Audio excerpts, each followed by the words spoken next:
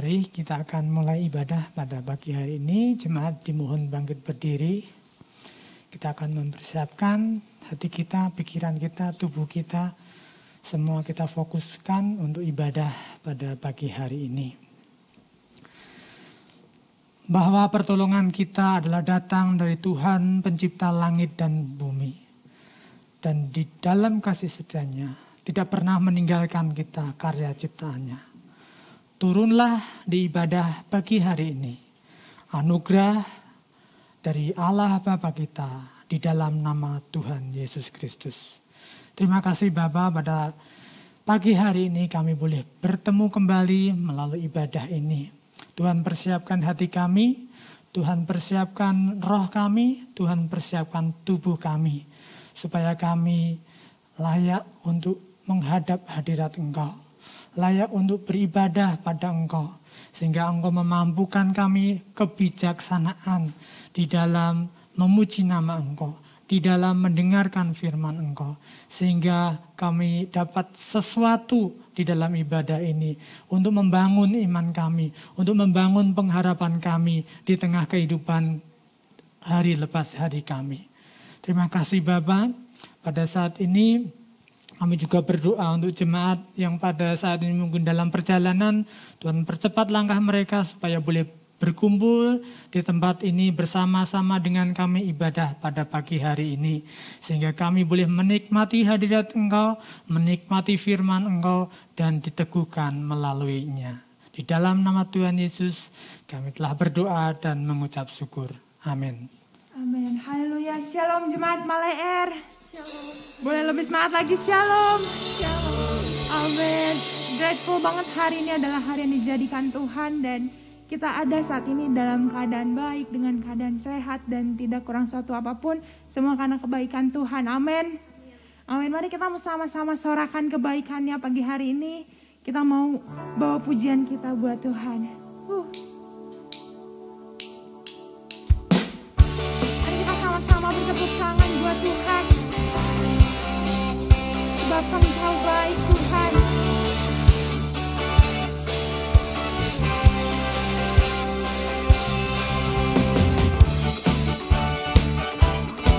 Mari yang merasakan kasih setia Tuhan dalam hidupnya, kita mensorakan. Yes. Amin.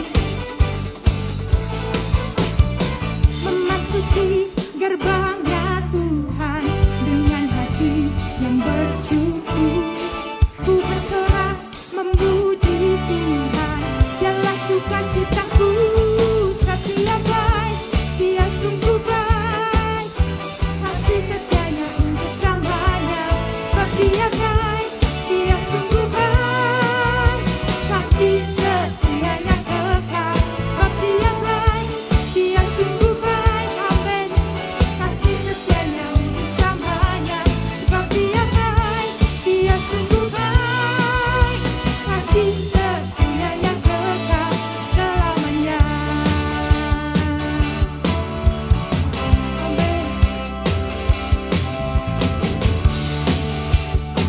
Mari kita membawa pujian kita ke hadapan Tuhan.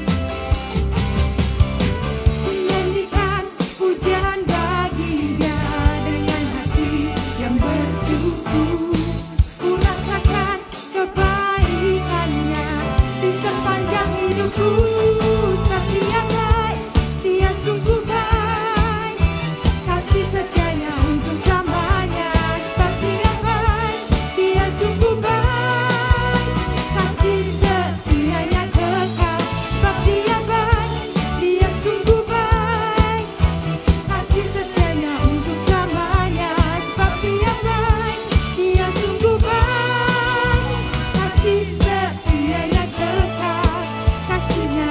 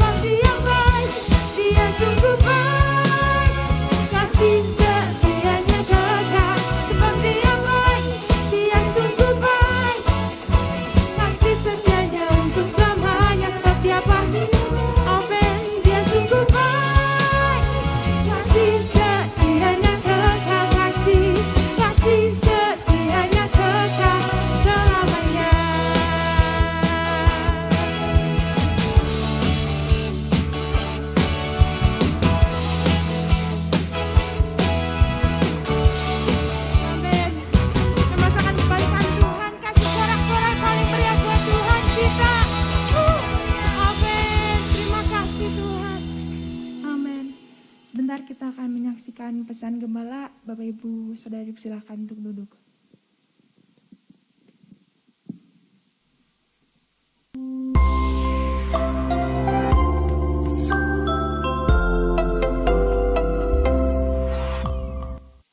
Shalom sidang jemaat yang dikasihi Tuhan. Tidak terasa kita sudah memasuki bulan Maret di tahun 2022 ini. Di bulan ini kita akan membahas tentang bagaimana kita mempertahankan iman di dalam hidup ini. Bapak Ibu saudara-saudara yang dikasihi Tuhan, perjalanan hidup kita sejak kita menerima Tuhan Yesus, mengalami kelahiran baru sampai kita berpulang ke rumah Bapa, itu ibarat sebuah perjuangan mempertahankan iman. Perjuangan terhadap segala tantangan dan godaan yang bisa menarik kita untuk jatuh di dalam dosa atau membuat kita gagal untuk memenuhi panggilan Tuhan. Terlebih lagi di zaman yang serba tidak menentu ini, Bapak Ibu saudara-saudara, kita bisa mengalami pasang surut kehidupan, baik secara jasmani maupun secara rohani. Disinilah pentingnya kita untuk dapat meresponi segala situasi dan keadaan sehingga kita dapat mempertahankan iman kita. Di minggu yang pertama kita akan belajar bahwa mempertahankan iman itu dimulai dengan komitmen untuk membangun keintiman dengan Tuhan melalui mezbah doa dan perenungan firman. Tuhan Yesus sendiri berkata kepada kita bahwa di luar aku kamu tidak dapat berbuat apa-apa. Tuhan Yesus mengibaratkan kita seperti ranting yang harus melekat pada pokoknya supaya kita dapat tetap hidup, kita dapat tetap bertumbuh dan berbuah. Di minggu yang kedua kita akan membahas tentang bagaimana pengalaman masa lalu kita bersama Allah seharusnya menjadi modal buat kita untuk memiliki pengharapan di tengah-tengah pergumulan yang kita sedang hadapi saat ini. Kalau kita bisa ada sampai saat ini, kalau kita bisa berada melewati segala situasi di masa yang lampau, maka kita juga dapat diyakinkan bahwa kita juga dapat mengatasi masalah kita saat ini. Oleh karena itu, jangan putus asa, jangan patah semangat. Tetaplah memiliki pengharapan di dalam Tuhan. Di minggu yang ketiga, kita akan didorong untuk bagaimana kita dalam mempertahankan iman, kita menghasilkan buah-buah kebenaran dan hidup yang berdampak bagi sesama. Kenapa berbuah merupakan sesuatu yang penting di dalam kehidupan kita? Karena Bapak Ibu, Tuhan Yesus mengatakan bahwa kalau kita berbuah lebat, itu merupakan bukti bahwa kita adalah orang-orang yang tetap melekat dalam pokok anggur, yaitu Tuhan Yesus sendiri. Oleh karena itu, Tuhan Yesus ingin supaya kita menghasilkan buah. Dan percayalah bahwa sementara kita menghasilkan buah-buah kebenaran itu, Tuhan memampukan kita. Sebab dari Dialah segala sumber yang membuat kita dapat berbuah lebat.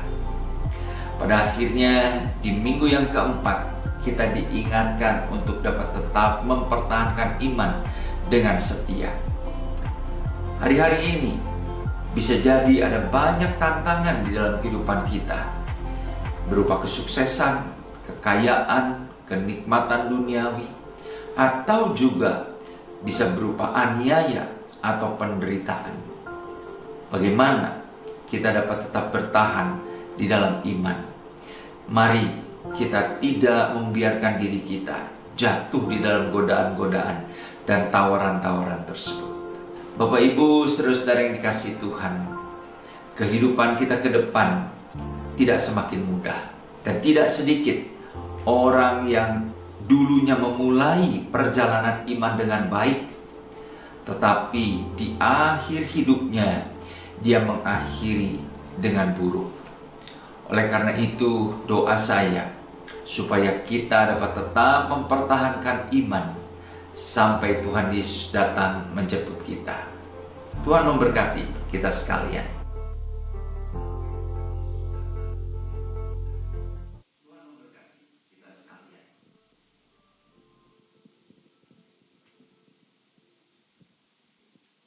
Ya, berikut adalah pesan gembala. Mari saya undang Bapak Ibu Saudara untuk kita bangkit berdiri lagi.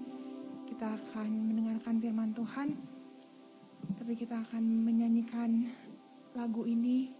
Meskipun mungkin banyak kejadian di hidup kita, mungkin banyak hal-hal di hidup kita yang membawa jauh dengan Tuhan, menarik kita jauh dari Tuhan. Tapi dengar, mulai pagi ini kerinduan setiap kami Tuhan, bahwa kami kembali mendekat, bahwa kami ingin selalu rindu untuk dekat dengan Engkau Tuhan. Hanya Engkau yang mengenal dalamnya hatiku, kerinduan hati ini hanyalah dekat-Mu.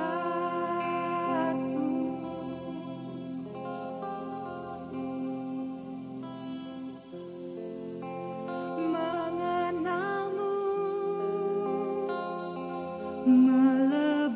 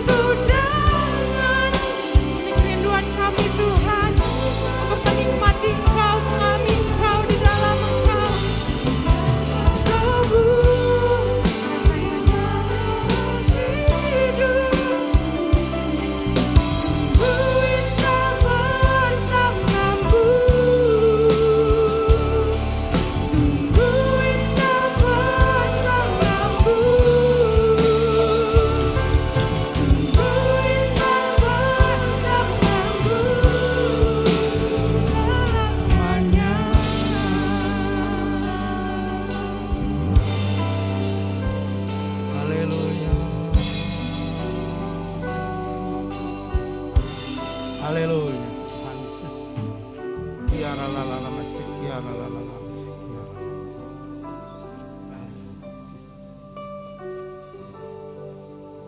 Tuhan Yesus, seperti pujian yang kami naikkan, kami rindu Tuhan bersekutu denganmu dalam segala musim hidup kami. Tuhan, tolong Tuhan, kalau pada saat ini Tuhan, hidup kami sedang terpuruk, atau hidup kami sedang dalam musim yang tidak enak. Tapi kami percaya Tuhan, kalau kami hidup bersama dengan Engkau, ada jaminan Tuhan, ada harapan Tuhan. Biar itu boleh menjadikan kekuatan bagi kami. Sehingga pada saat kami mempertahankan iman kami kuat karena Tuhan menopang kami. Dalam nama Tuhan Yesus, kami sudah berdoa dan mengucap syukur. Haleluya. Amin. Silakan duduk, Bapak Ibu yang kasih dalam Tuhan. Saya juga mungkin pagi hari ini akan menyapa yang di rumah, yang pada saat ini live streaming ya. Shalom. Salam sehat ya. Nah sekarang biasanya salam sehat ya. Kau dulu mah shalom, puji Tuhan. Sekarang mah shalom, salam sehat. Kenapa Bapak Ibu?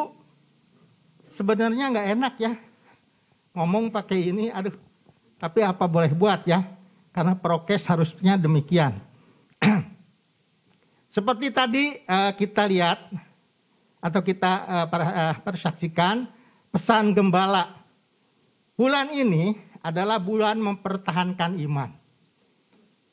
Apakah iman kita harus dipertahankan? Jelas ya Bapak Ibu ya. Sebab iman itu akan senantiasa diuji terus menerus. Dan diuji itu bukan setahun 2 tahun ya. Bukan 10 tahun, 20 tahun, 40 tahun, berapa tahun ya. Tapi diuji seumur hidup kita. Ya, jadi kalau hidup kita mungkin 70 tahun. Ya sepanjang itulah kita diuji iman kita ya. Dan pada pagi hari ini sesuai dengan tema yang diberikan kepada saya. Ya, saya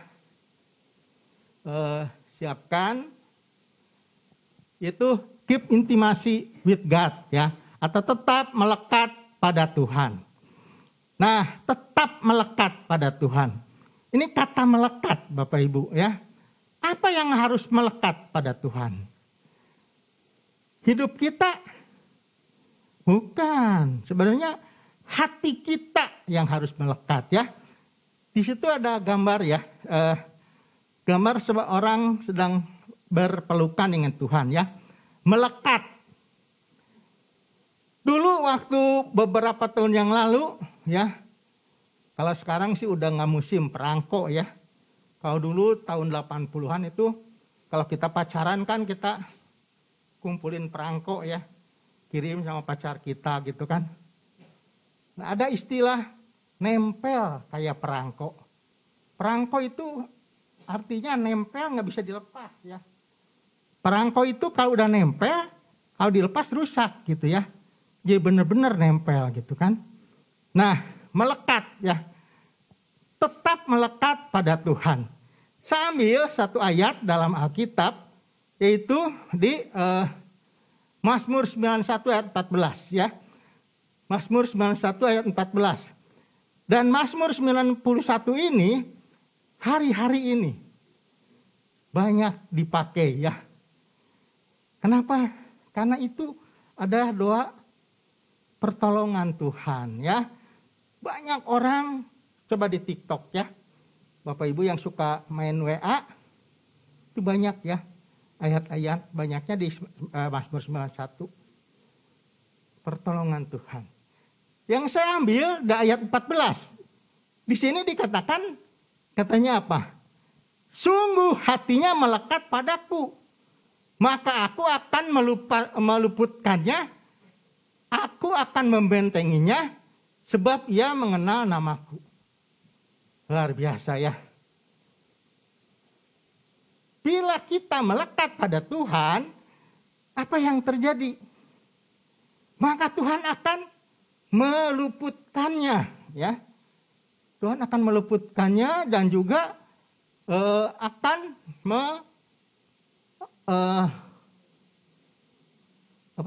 membentenginya, dibentengi, ya. Bapak Ibu, hari-hari ini kita dikepung oleh Omikron, ya. Omikron. Kalau ada anak muda bilang Omikron katanya. Nanti generasi yang akan datang Tante Ikron, ya. Omikron itu aduh, ya. Depan, belakang, kiri, kanan. Hampir dengar, oh si anu tetangga di isoman, ya. Isoman itu isolasi mandiri. Isolasi mandiri. Kenapa?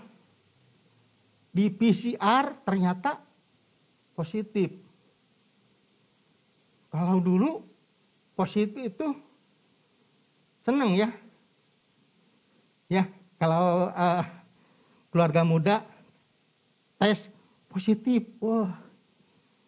Kalau sekarang positif itu, aduh, sengsara, ya. Kebalik, ya. Positif itu sengsara. Kalau hasilnya positif, waduh, seperti dunia itu gimana gitu, ya. Nggak bisa apa, ya. Nah, inilah yang Bapak Gembala katakan tadi, ya. Kita harus punya iman, mempertahankan iman kita, ya. Contohnya yaitu dengan tadi melekat, ya. Melekat pada Tuhan, ya. Nah, untuk membangun keintiman dengan Tuhan, Bapak Ibu, ya, di sini dikatakan ada contoh, ya. Sambil contoh satu dari Daniel 6 ayat 11b sampai 12, ya. Di situ dikatakan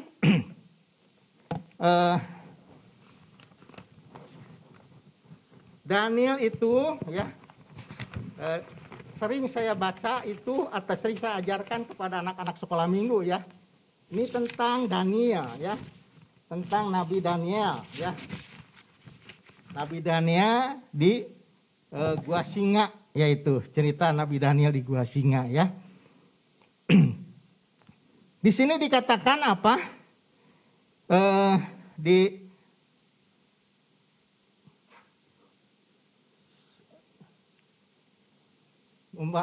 Daniel 6, ya. Daniel 6, atau kita baca aja, ya.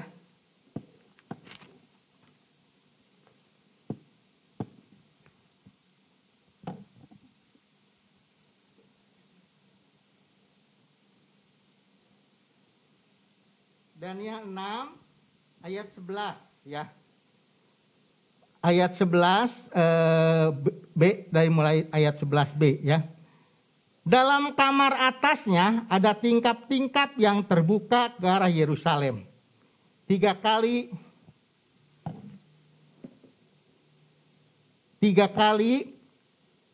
sehari, 3 kali sehari, 3 kali ia berlutut.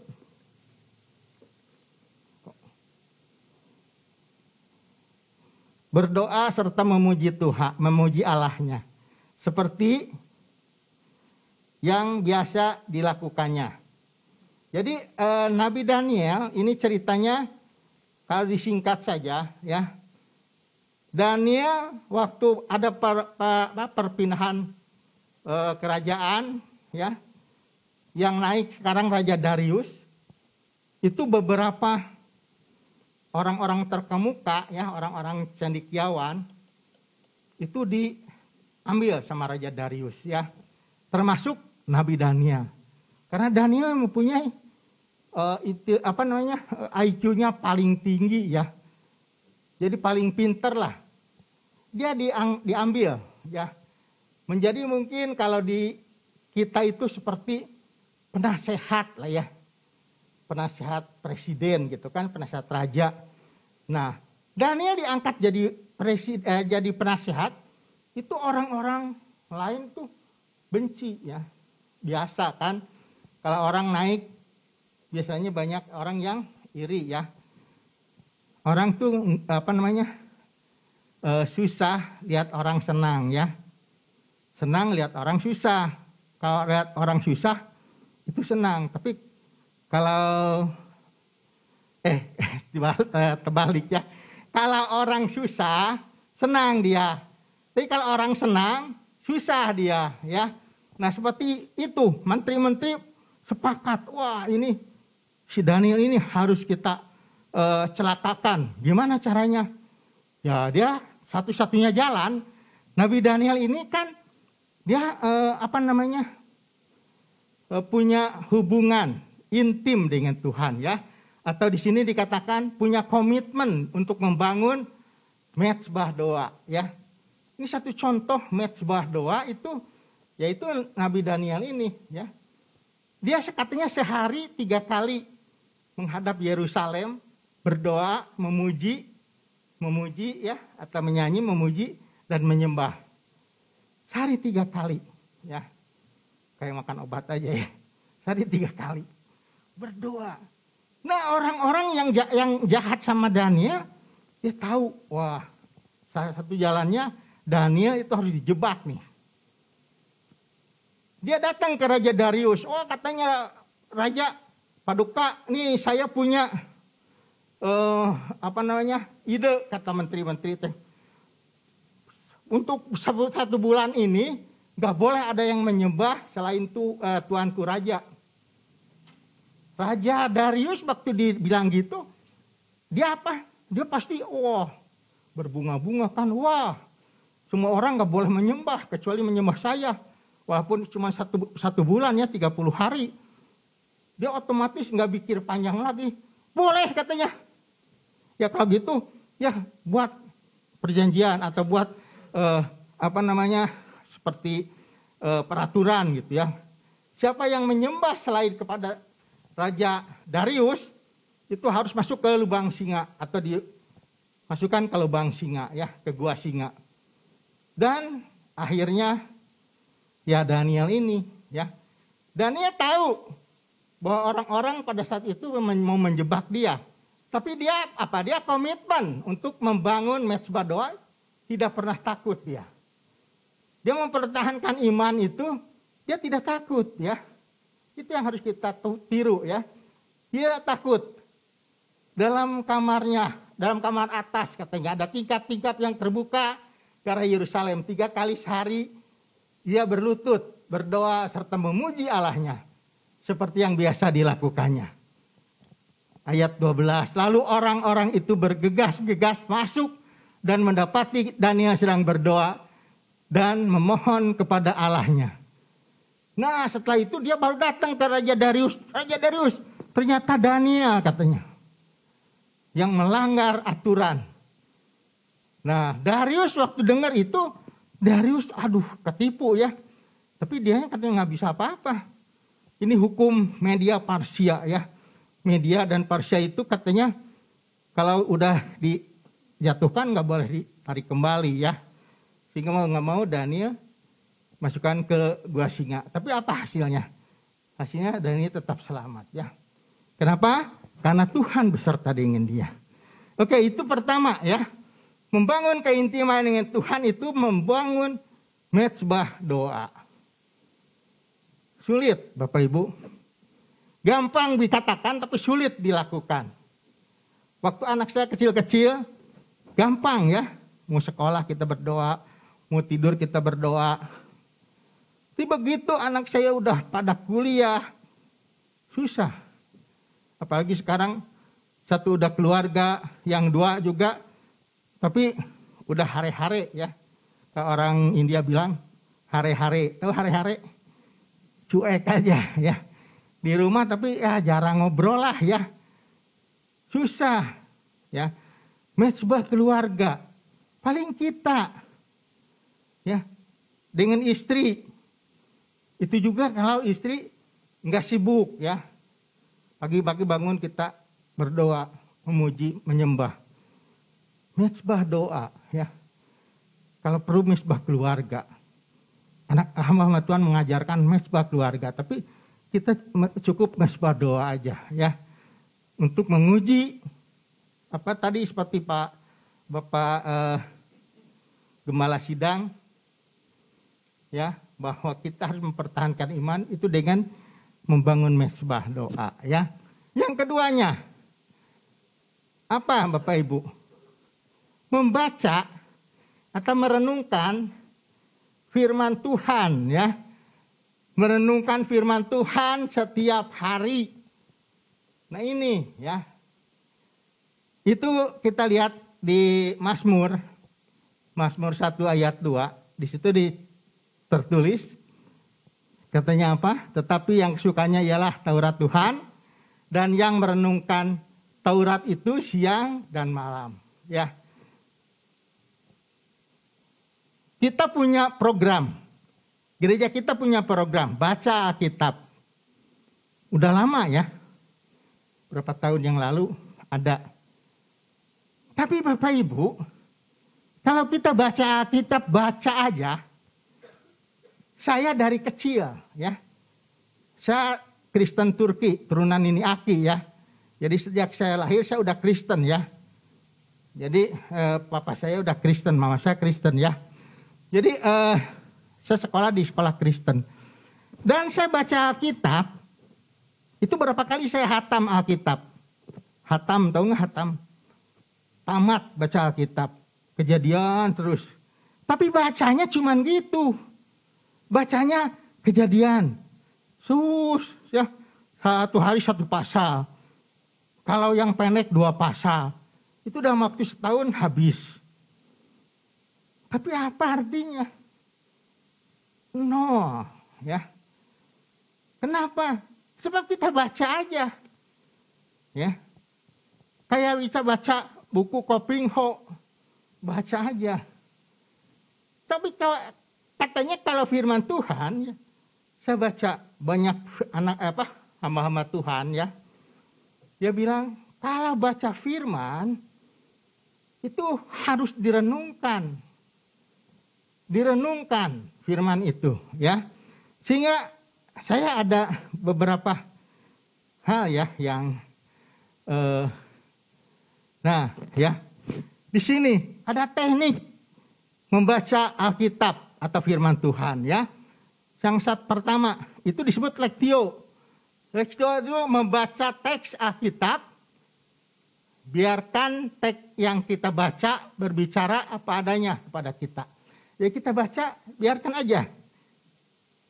Baca apa adanya, ya. Nah, terus keduanya meditatio, ya, merenungkan. Biarlah teks-teks tersebut menyampaikan kepada kita lebih dari apa yang kita baca. Jadi direnungkan. Tadi kita baca apa sih, ya? Apa ini yang jadi masalah atau apa maunya ayat ini, ya? Atau maksudnya makna ayat ini itu apa? Direnungkan, ya. Dan terus ke yang ketiganya kontemplatio, ya, perubahan atau pembaharuan. Apa yang kita alami setelah membaca, merenungkan dan berdoa kepada Tuhan, apa yang kita alami setelah membaca, merenungkan dan berdoa kepada Tuhan, wawasan baru apa yang kita dapatkan. Nah, itu yang benar, ya, katanya untuk merenungkan firman Tuhan. Jadi kita baca firman Tuhan, ya, itu bukan satu hari 2 pasal. Terus ditanya besoknya, tahu nggak? Wah, tahu, itu mah tentang kejadian dunia, itu kalau di Kejadian. Terus kalau Tawari, oh itu mah silsilah aja. Tapi kita pernah merenungkan enggak? Ya, nah ini salahnya, ya. Tapi kita diajar, katanya apa? Untuk membaca firman Tuhan, ya. membaca firman Tuhan siang dan malam, ya. Dan yang ketiga apa? Di sini katakan seperti ranting melekat pada pohon, ya. Kita harus melekat. Seperti tadi tema kita tadi melekat pada Tuhan, ya. Di sini Yohanes 15 ayat 5, ya. Akulah pohon anggur dan kamulah ranting-rantingnya. Barang siapa tinggal di dalam aku dan aku di dalam dia, ia berbuah banyak. Sebab di luar aku kamu tidak dapat berbuat apa-apa. Ya, jadi di sini dikatakan seperti ranting melekat pada pohon. Ya. Anak-anak sekolah minggu sering menyanyikan, ya. Yesus pokok dan kitalah caranya, tinggallah di dalamnya. Yesus pokok dan kitalah caranya, tinggallah di dalamnya. Yesus pokok dan kita caranya, tinggallah di dalamnya. Pastilah kau akan berbuah, ya. Karena saya guru sekolah minggu, Bapak Ibu, jadi saya senang, ya. Saya berapa puluh kali, berapa ratus kali mungkin, ya, saya menceritakan tentang pokok anggur, ya. Tapi Bapak Ibu, ya, pokok anggur, ya, itu akan bertumbuh, anggur itu akan berbuah, ya, kalau rantingnya itu melekat pada pokok anggur, ya. Di sini dikatakan, ya, di ayat di Yohanes 15, Yesus berkata, katanya, akulah pokok anggur yang benar, dan Bapakkulah.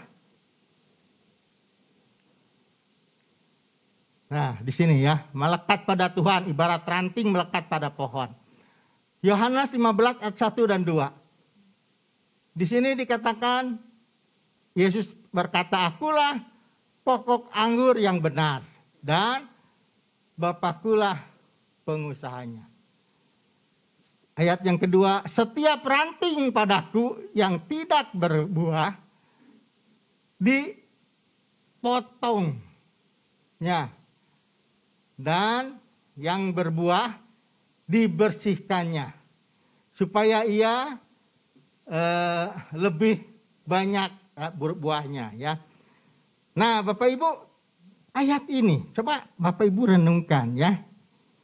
Kalau Tuhan Yesus bilang Tuhan adalah pokok anggur, kita yang percaya kepada Tuhan itu adalah ranting-rantingnya, cabang-cabangnya, carang-carangnya. Oke, ya. Mungkin bisa diterima, kan? Ya, kita nempel pada Tuhan, ya, melekat pada Tuhan. Tapi ayat keduanya di sini dikatakan apa katanya? Kalau tidak berbuah dipotong. Coba pengertian Bapak Ibu, kalau dipotong itu artinya apa? Dibuang, dipotong, dibunuh atau dibinasakan, ya. Saya waktu merenungkan ayat ini, ya, saya pikir, sekarang banyak Google, ya, saya cari di Google. Sebenarnya apa sih maunya ayat ini, ya? Maunya ayat Yohanes 15 ayat 2 ini.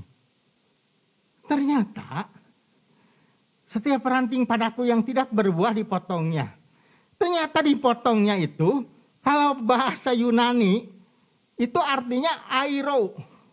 Airo itu bukan dipotong seperti kita ditebang gitu, bukan. Dipindahkan atau diangkat, dipindahkan. Itu beda pisannya atau beda sekali, ya, perbedaannya. Dipotong bahasa Indonesia pengertiannya dengan dipotong dalam bahasa Yunani. Jadi saya juga berpikir gini, kalau Tuhan kita tidak berbuah, Bapak Ibu, ada yang punya perasaan, Aduh, Tuhan saya ikut Tuhan, saya belum berbuah nih Tuhan. Ya, saya belum berbuah nih. Waduh, pasti Tuhan potong nih. Tuhan binasakan saya. Itu enggak. Ternyata Bapak Ibu ya, kalau saya baca, saya renungkan, Tuhan itu baik ya. Kita bicara tentang pokok anggur ya. Di sini jarang kita lihat pokok anggur ya. Tapi kalau di Israel ya banyak, walaupun saya belum ke Israel.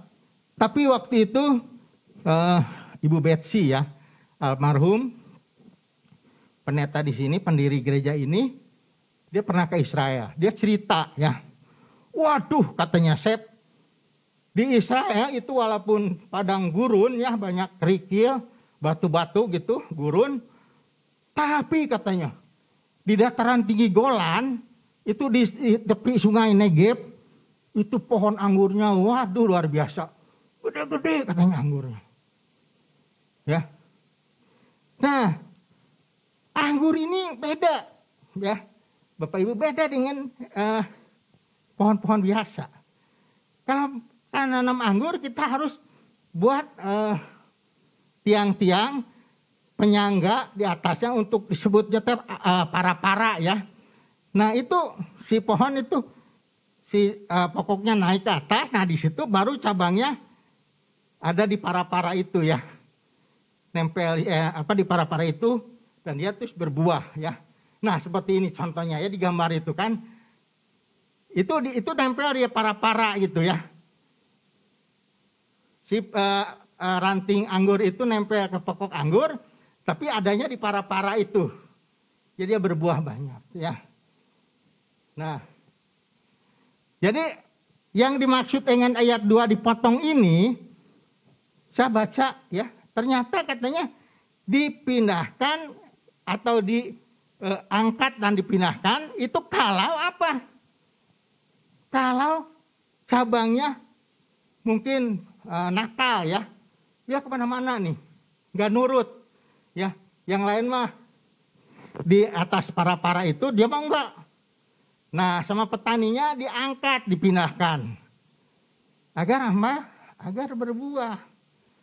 Sebab kalau dibiarkan terus ke bawah, ya, itu kemungkinan mati. Atau kemungkinan jelek lah ya.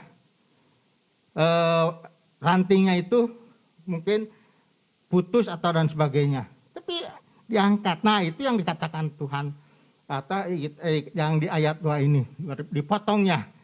Dan setiap ranting yang berbuah dibersihkannya. Nah dibersihkannya itu Bapak Ibu, anggur ini ya itu banyak daunnya, lebat daunnya ya. Jadi untuk supaya buahnya besar-besar itu si daunnya harus disiangi ya, kalau bahasa saya dulu ya itu disiangi itu dipotongin daun-daunnya ya. Biar jangan terlalu banyak air makanan untuk tanaman itu termakan oleh daun ya. Ada penguapan kan dan sebagainya. Dipotongin. Nah ini benar itu dipotongin dibuang. Ya. Itu artinya apa? Mungkin kita selama ini ya Bapak Ibu. Hidup kita ada yang tidak benar. Tidak berkenan di mata Tuhan. Itu mungkin Tuhan potong ya. Tuhan jewer, Tuhan kasih peringatan ya. Sakit memang, benar sakit ya. Dibersihkan itu sakit. Tapi hasilnya apa? Kita akan berbuah dan buahnya itu besar-besar dan lebat-lebat ya. Waktunya saya dikasih waktu sampai jam 7.50 ya, jam 7.55 kemarin ya. Lanjut aja cepatnya. Nah, sekali lagi ya, untuk hidup melekat pada Tuhan ya, di sini ada Yohanes 15 ayat 3 dan 4. Di situ dikatakan apa? Kamu memang sudah bersih karena firman yang telah kukatakan kepadamu. Ini artinya apa?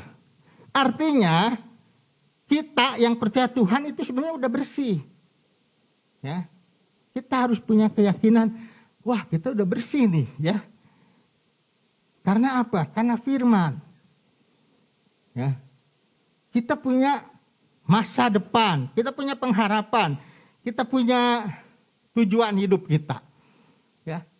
Bukan jadi konglomerat ya. Tujuan hidup kita percaya kepada Tuhan dan kita akan masuk ke dalam kerajaan surga ya. Itulah tujuan hidup kita ya. Di sini dikatakan kamu memang sudah bersih. Karena dibersihkan oleh firman Tuhan ya.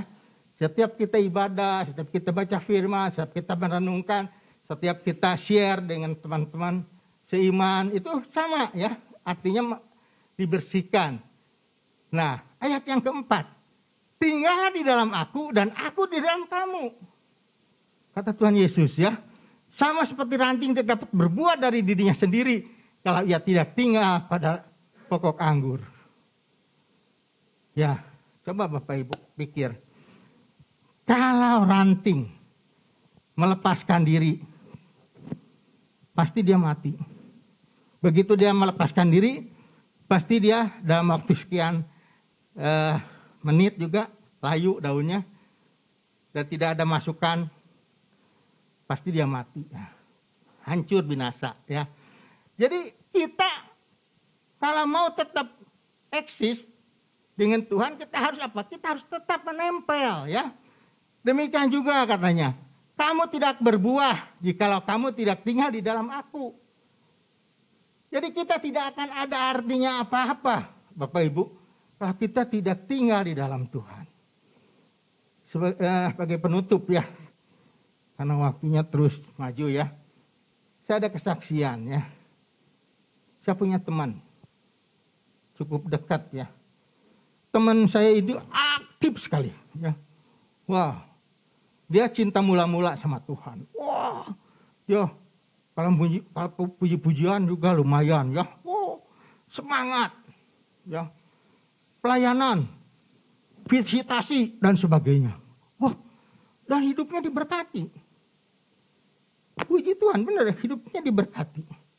Tapi karena sesuatu hal, saya juga nggak ngerti kenapa gitu ya. Kenapa? Dia itu sampai meninggalkan Tuhan. Setelah diberkati, dia meninggalkan Tuhan. Padahal dia dengan saya itu sering share ya. Ingat loh, berkat itu dari Tuhan loh.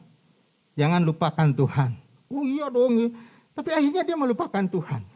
Dan akhirnya dia meninggalkan. Meninggalkan pelayanan, meninggalkan. Ya pokoknya meninggalkan Tuhan lah. Apa yang terjadi?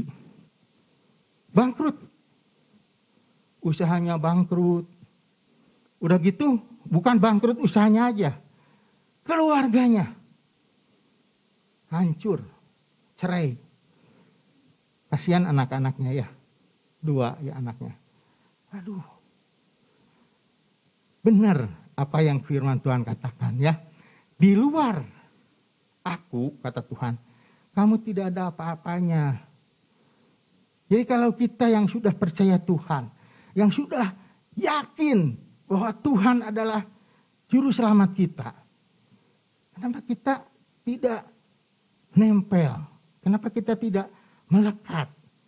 Ya, untuk memperjuangkan iman, itulah satu-satunya menempel. Ya, menempel pada Tuhan. Kalau kita lepas, mati, maut, binasa ya. Jadi seperti pokok anggur itu, pokok dan ranting. Kalau ranting berusaha dia keluar ya, atau melepaskan diri dari pokok anggur, dia akan mati dan binasa. Ya waktunya udah habis ya Bapak Ibu. Tapi satu hal ya, saya sangat kasihan ya. Saya cuma bisa mendoakan aja supaya Tuhan tarik kembali untuk dia melayani lagi ya. Soal di luar Tuhan itu tidak ada apa-apanya Bapak Ibu ya. Di luar Tuhan itu binasa ya. Dan saya percaya kalau pada saat ini dia mendengar ya. Saya berdiri di sini. Kiranya Tuhan menegur dia untuk dia balik kembali ya. Ya itulah yang bisa saya sampaikan sebagai kesimpulannya Bapak Ibu. Kita harus tetap melekat ya. Kita harus tetap percaya Tuhan itu harus melekat. Dengan cara apa? Pertama tadi kita komitmen berdoa, memuji Tuhan, atau komitmen mesbah doa. Keduanya merenungkan firman Tuhan. Ketiganya yang tadi kita katakan ya, melekat pada pokok anggur, melekat pada Tuhan. Amin. Mari kita berdoa. Terima kasih Tuhan Yesus kalau pada siang hari ini firman-Mu sudah kami sampaikan Tuhan. Kami percaya Tuhan banyak hal yang kami dapatkan pada saat kami merenungkan firman-Mu. Tuhan ajar kepada kami. Untuk kami mempunyai hati seorang murid. Dan pikiran seorang murid. Yang dapat melakukan kehendak-Mu. Melakukan rancangan-rancangan-Mu dalam hidup kami. Seperti murid melakukan titah-titah guru. Demikian juga ajar kami Tuhan. Untuk kami tetap setia dan taat kepadamu. Terima kasih Tuhan Yesus. Hanya di dalam nama Tuhan Yesus kami sudah berdoa dan mengucap syukur. Haleluya. Amin. Saya serahkan.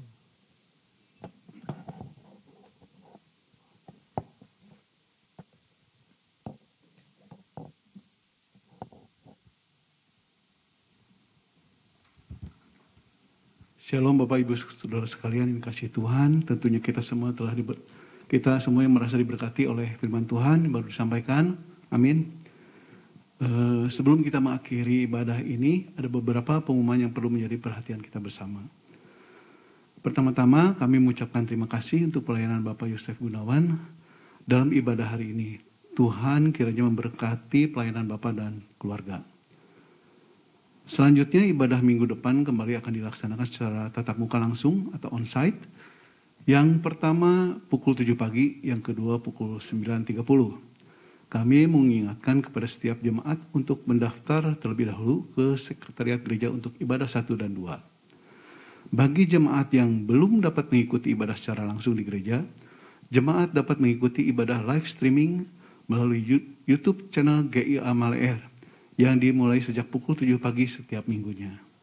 Atau sidang jemaat juga dapat mengikuti siaran rekaman ibadah melalui radio Maestro 92,5 FM setiap hari pukul 12.15. Kedua, kami juga mengundang sidang jemaat untuk mengikuti ibadah doa fajar secara online melalui aplikasi Zoom.